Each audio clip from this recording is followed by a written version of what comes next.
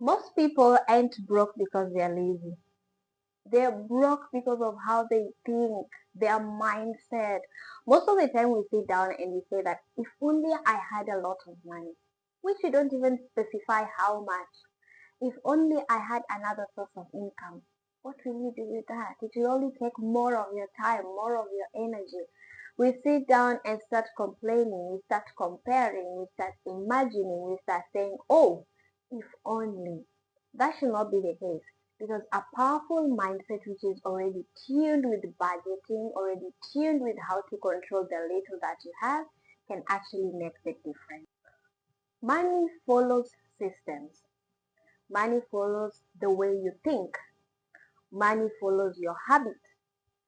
Money follows your income. So if you don't have the right mindset, you don't have an income, and you also don't have good habits, it will be so hard for you to have a good relationship with money. So you actually need to do a mindset audit. Now, what is this? You need to check what are your beliefs? What do you think about money? How do you even relate to it? That brings us into the action alignment. These are your daily routines, your daily habits, the goals that you have. And lastly, this brings us into talking about patience loop. Because wealth is actually always delayed gratification. Wealth is accumulation of the small things you do every day, redone repeatedly, consistently, with a different rate of return. So if you don't change how you think about money, no amount of money will ever be enough to save you. And this brings me into saying if you don't control the money you have, money will always control you. And that's why the Bible talks about you can't have two masters. Because of course, if money is controlling you, then it is your master. But instead, God wants us to be the one mastering money, controlling the money, telling the money what to do. Because actually, money is supposed to be a resource for us to use to make our lives better. And so money needs structure and not motivation. Most of the time when you give someone a structure on how to handle their money, they think you're restraining them, you're limiting them. No, work on your mindset first. And once you've worked on the mindset, now when someone gives you a structure on how to use the money or even how to budget the money that you currently have, it will be easy for you. Most of the time when I talk about budgeting to people, they think it's you're giving us a restraining order. No, a budget actually helps you plan your money. It helps you organize your income. It helps allocate the funds that you have. So you can actually do more things, more fun things, more boring things, more important things. So the next time you hear someone talking about budgeting, please pay attention. In this video, we are going to learn the three basic baskets or system baskets of budgeting. The first one will be the needs bucket. Now in this bucket, this is where 50 to 60% of what you earn should go into. This is your rent, this is your food, this is your transport, this is your basic needs. You have to have somewhere to stay. You have to have some sort of food. So this is the first bucket. Now the second bucket is the growth bucket. The growth bucket, this is where you have your savings, your investment, you have your learning. Now, when I talk about learning, this is where you do your self-development. This is where you look for new skills. So it's under growth bucket. Now, in this bucket, we have 20 to 30% of your income should be going there. And someone will ask me, you're talking about a growth bucket and you're mentioning savings at the same time you're mentioning investment. And yes, there should actually be an emergency fund. So you will ask, what is the difference between the two? Before I explain that, let me give you the third bucket, which is the enjoyment bucket. Now that is now making it a little bit confusing because you already have your savings and now we're going to have an enjoyment bucket. Yes. Now, a savings should always be directed to a specified goal. If you are saving, for example, you set a goal, you want to buy a plot of land, you want to build a house, you want to raise your children's fee, you want to do this and that. You see, it has a specific goal, right? That is a saving.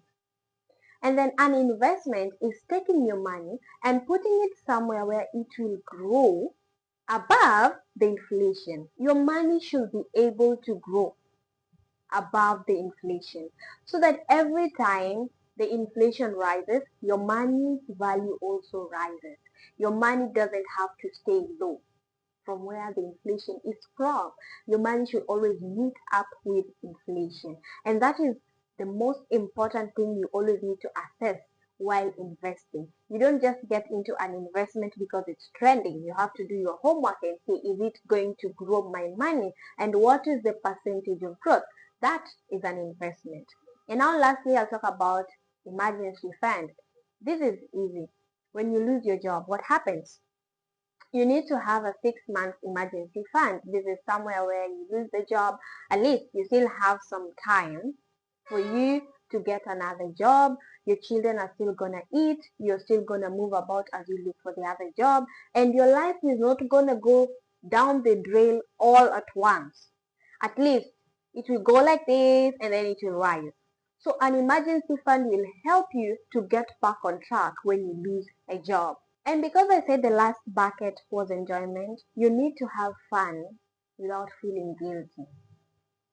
Because at the end of the day, you need to have a way of measuring your success. If I told myself that this month I'm gonna do this, this is something that I've never done, I'm doing it for the first time, and I've done it, I've succeeded in it. Of course, when you succeed in something, you'd always want others to appreciate you. Why don't you start by doing that to yourself?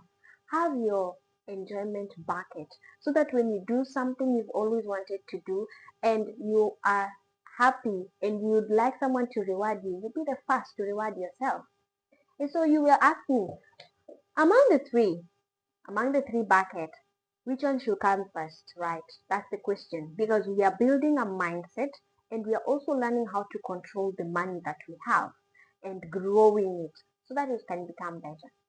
The bucket you need to prioritize is the second bucket. This is your growth bucket. Why? Because when you have an income, you need to pay yourself first. When that money comes in, invest it. Save a part of it. I was reading The Richest Man in Babylon, and one of the most important things he emphasizes is about investing the returns that you have. Now, what does that mean? Of course, he talks about you save. Once you've saved a tenth of your income, that tenth you invest it into something that will bring more money. And whatever you invested, the child and the seed, you don't eat them. You reinvest them. And lastly, he talks about storing your wealth. Of course, that's a topic for another day. But of course, you need to first pay yourself. So when that money comes, prioritize your second bucket, that is invest, save, have an emergency fund. You don't always have to build these accounts with millions and start saying, oh, I only earn 50,000. How do I budget? That is now the question. You don't have to take 30% into your savings. No, you do a split. The basic needs, of course, is going to end up with the highest percentage, but you have to also prioritize your savings and your investments so that at the end of the day, you just don't have an income, but you have an income which you control, and later on use your income to build wealth. Because when money has direction, stress ceases. So have a positive mindset and budget your money so you know where it goes and what it does. You will always have a peace of mind and you will not be broke by choice. Thank you for watching this video. Stay blessed by the best and see you in my next video.